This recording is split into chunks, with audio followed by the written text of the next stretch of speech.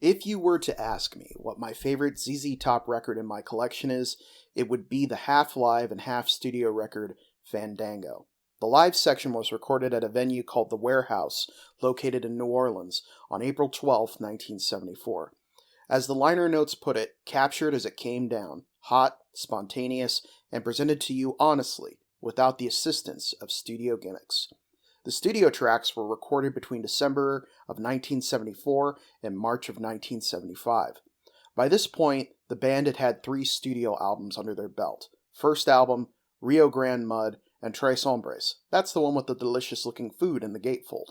They were also amassing a loyal and rabid fan base. This is something that manager Bill Ham felt should be captured for the band's 4th release.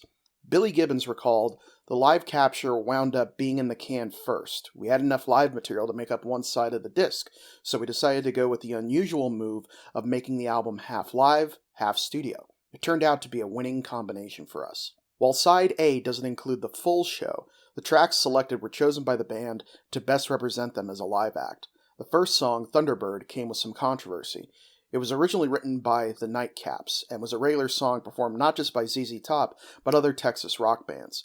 The Nightcaps never copyrighted the song, so when it was recorded for this album, ZZ Top registered it for themselves. This would eventually lead the Nightcaps to sue the band, but the case was eventually dismissed. From Thunderbird, they then go into Jailhouse Rock and a 10-minute long backdoor medley. For side 2, the studio tracks were Nasty Dogs and Funky Kings, Blue Jean Blues, Balinese, Mexican Blackbird, Heard It on the X, and Tush. Tush would be important for the group as it would be their first top 20 hit and launch them into the greater public landscape.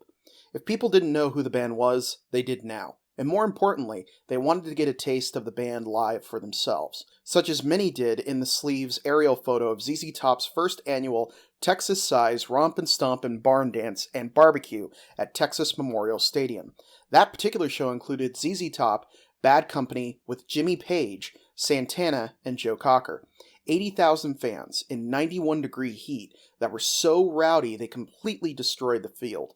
Gibbons remembered having to sit face-to-face in front of Darrell Royal, the head coach of the Texas Longhorns football team, trying to explain why his AstroTurf had been carved out into the shape of Texas, which took up the 50-yard line into the 40-yard line. This would result in concerts being banned from the venue for the next 20 years, until the Eagles would play the stadium in 1995. The original mixing and studio work was done by Terry Manning, who had worked with Led Zeppelin, Iron Maiden, Joe Cocker, Booker T and the MGs, and pretty much every other band or artist in existence. When the CD album was re-released in the 80s, it was remixed with a completely new sound that upset many fans.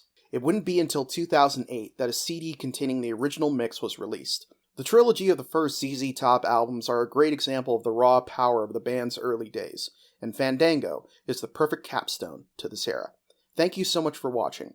If you want to help support this channel, like, share, comment, subscribe, check out my old videos, and I will see you guys next time.